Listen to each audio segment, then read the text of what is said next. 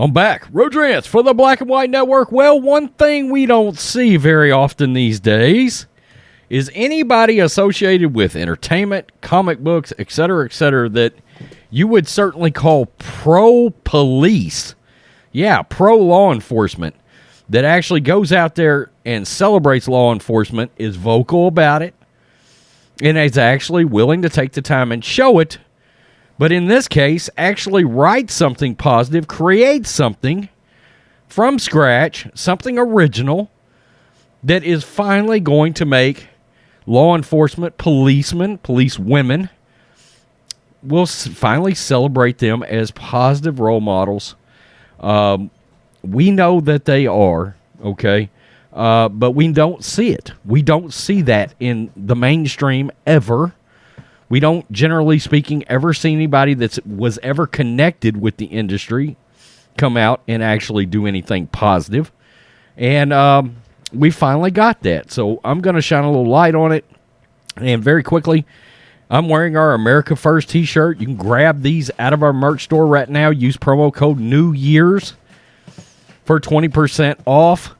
And that will get you, of course, you've got the Punish logo combined with the flag here. Grab it out of our merch store, and let's get to this story. Marvel's The Punisher writer to self-publish Thin Blue Line graphic novel. Prolific comic book writer Mike Baron, author of The Punisher, Nexus, and The Flash, is self-publishing his latest graphic novel, Thin Blue Line, after he struggled to find a buyer for it. Instead, the cop-focused story will be funded partly by a Kickstarter campaign. And it's actually right here. It is on Indiegogo. And I can tell you right now, I saw this the other day. I've been kind of keeping an eye on it. It was down around 33,000 about 2 days ago. So I noticed he had made an appearance on Fox News. And it looks like, I mean, look at that cover. That cover is just fantastic. Blue Line Comics is what this is called. And there's some of the illustrations from it. And now DC, back in the day, I did read where in DC Comics in 1975 put out something called Lady Cop that was, I believe, the only pro-police comic book that may have ever come out. So, quote, I was shocked at how easily we beat our modest crowdfunding goal, campaign manager Chris Bradley said in a press release. Mike's fans and law enforcement community really came out in force on Indiegogo.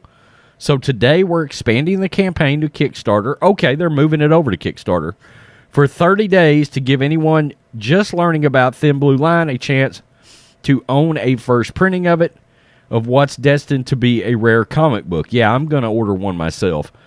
Quote, Thin Blue Line tells the story of two cops who are assigned to guard the mayor as civil unrest breaks out after a police shooting. Very telling. Very timely, it seems.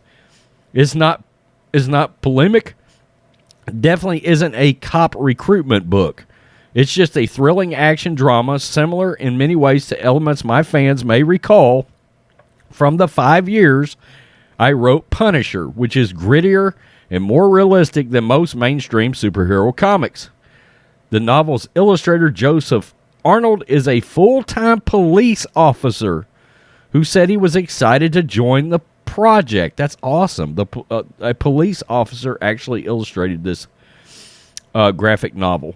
Quote, I was eager to show another side of policing, Arnold said in a statement. The story emphasizes family. Boy, we don't see that anymore.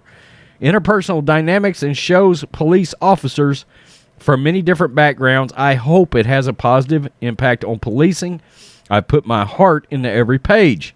A portion of the proceeds from Thin Blue Line will be donated to 3 law enforcement charities. According to the release, it is scheduled to go to print in February. You can donate to the Kickstarter campaign and sign up for perks here. And let's take a look at the Kickstarter real fast and see what that looks like. There we go. There is the Kickstarter. Okay, so, and let's see if we have any, and that is the end of the article. Okay, so, Again, when's the last time we've seen anything pro-police coming out of anybody related to the comic industry? Now, this guy's got real cred. Punisher and The Flash. Now, you guys know I'm actually a big fan of both. But you guys know I'm a huge fan of the Punisher. It's one of my favorite characters in all of comic book history. Look, that whole series started from harm being done to the Punisher's family, and he was about vengeance and but protecting the innocents was a big part of the Punisher's character. Okay. Frank Castle. So, go over, check this out. Maybe we can give us some support. It's not the sports channel, so I don't know how many views this is actually going to get. I know it's a different kind of video, but there's so much anti-police rhetoric now. And we know these guys are the real heroes. As much as we enjoy Batman's my favorite superhero. Superman, Spider-Man has come back with a positive vengeance, and fans are actually showing up to the Spider-Man because they kept to the story and they made it great and epic. But we know we just don't see anything that's positive. It's all anti-police rhetoric. It's all about being woke. It's all about making characters woke. It's all about driving the industry away from family, right? Bringing in a lot of things that I don't think our kids should be seeing. And this is something very different. And we need more of this. Tell me what you think, Black and White Network fans. Peace. I'm out. Till next time.